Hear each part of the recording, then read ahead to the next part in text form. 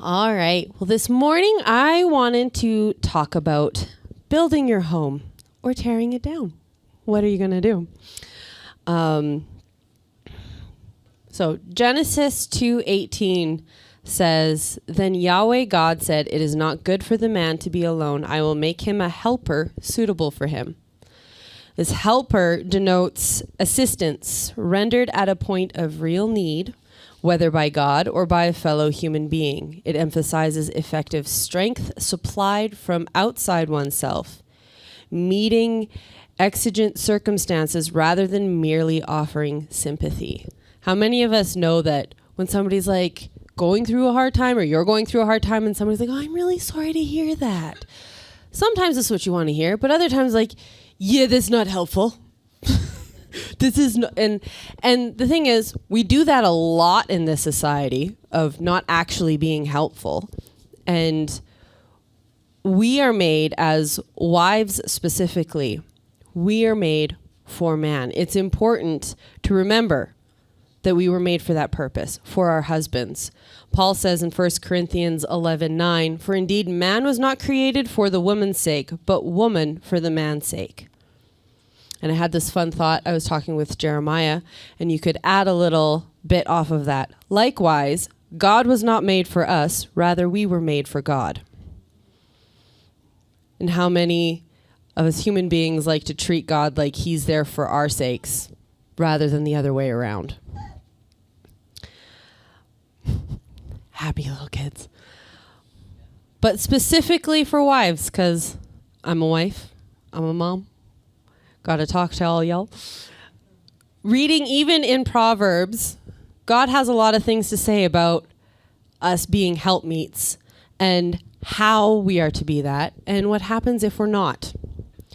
Proverbs 19:13 says, "A foolish son is destruction to his father, and the contentions of a wife are a constant dripping." Proverbs 21:9, "It is better to live in the corner of a roof than in a house shared with a contentious woman." Proverbs 21:19, "It is better to live in a desert land than with a contentious and vexing woman."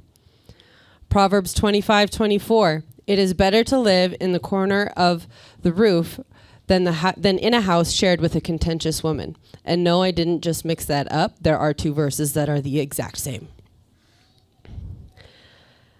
And then we go on with this. Proverbs 14:1, "The wise woman builds her house, but the woman of folly tears it down with her own hands." Proverbs 12:4, "An excellent wife is the crown of her husband, but she who causes shame is like rottenness in his bones." Proverbs 18:22, "He who finds a wife finds a good thing and obtains favor from Yahweh." Proverbs 19:14, "House and wealth are an inheritance from fathers, but a wife who has insight is from Yahweh." Ladies, it is so important that we remember that we can either build our husbands and our homes or tear them down. That it is having godly character that allows us to be a blessing to those around us, to our husbands, to our children, to extended family, to friends. And a reminder to wives and to those not yet married online, if you're watching, we get to choose whether or not we are going to be women of godly character. That's a choice. And it's a practice that we have to put in. That's hard, but worth it. As a wife, no one else holds that intimate place with your husband. No one else can hurt him like you can. No one else can build him up like you can. So be his partner, encourager, comforter, his support when life gets hard. Remind him of who God called him to be.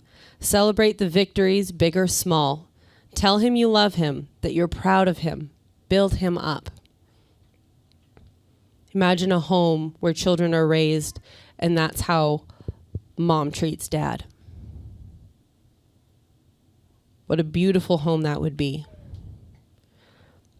A bit of advice for the young single men in the room. You're very young. You won't be for forever.